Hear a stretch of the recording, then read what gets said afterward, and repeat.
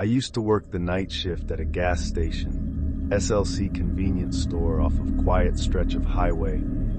I say used to, because after what happened to me a few months ago, I won't work a night shift again. It's a small station, the kind that barely gets any business once it gets late. Most of my shift was spent restocking shelves, wiping down counters, and occasionally ringing up a trucker or traveler passing through.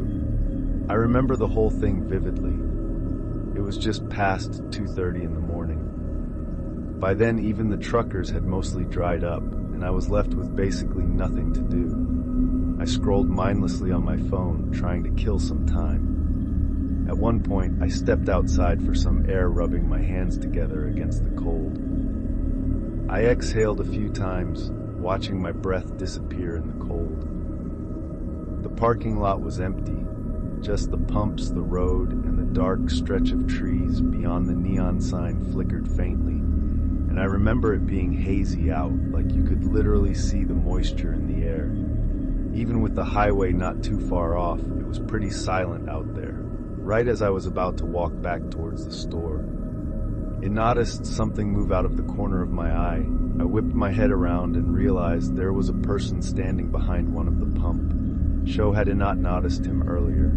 He was wearing a dark red hoodie with a hood up, and he had both hands shoved in his pockets. There wasn't a car in sight, so he obviously wasn't fueling up. The only thing was he didn't seem to be heading towards the store either. He was just standing there, half turned toward the store, like he was watching me. First, I figured maybe he was waiting for someone, but something about the way he moved rubbed me the wrong way. He was kind of shuffling about in this circular pattern. I entered the store, but made sure to keep an eye on him through the glass.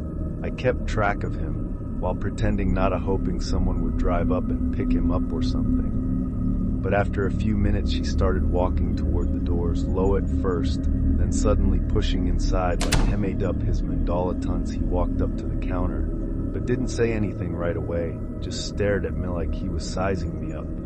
Then in a rushed, almost rehearsed way, he muttered that his car had broken down just before the pumps. He said he needed a jump, or maybe just a little gas to get to the next town. I was literally shocked. He wasn't even trying to make his story believable. Like I couldn't believe actually expected me to buy his BS story.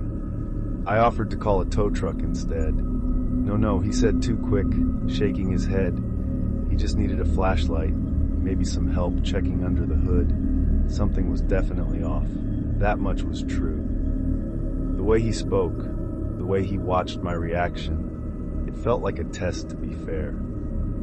Though people walking into gas stations at that hour are usually a little strange, and I started wondering whether he actually needed help and was just an odd person or on something. I asked him where his car was parked, and he told me it was just beyond the highway entrance. I was obviously skeptical, but then he pointed at the monitor behind me. I turned to look at the screen, and to my surprise, there actually was a car parked out there. I thought to myself, oh crap, maybe this guy really does need help. And that's when it hit me. I had literally just been outside, and I would have remembered a car parked out there. I glanced back at the monitor and saw the slightest movement near the car's back bumper.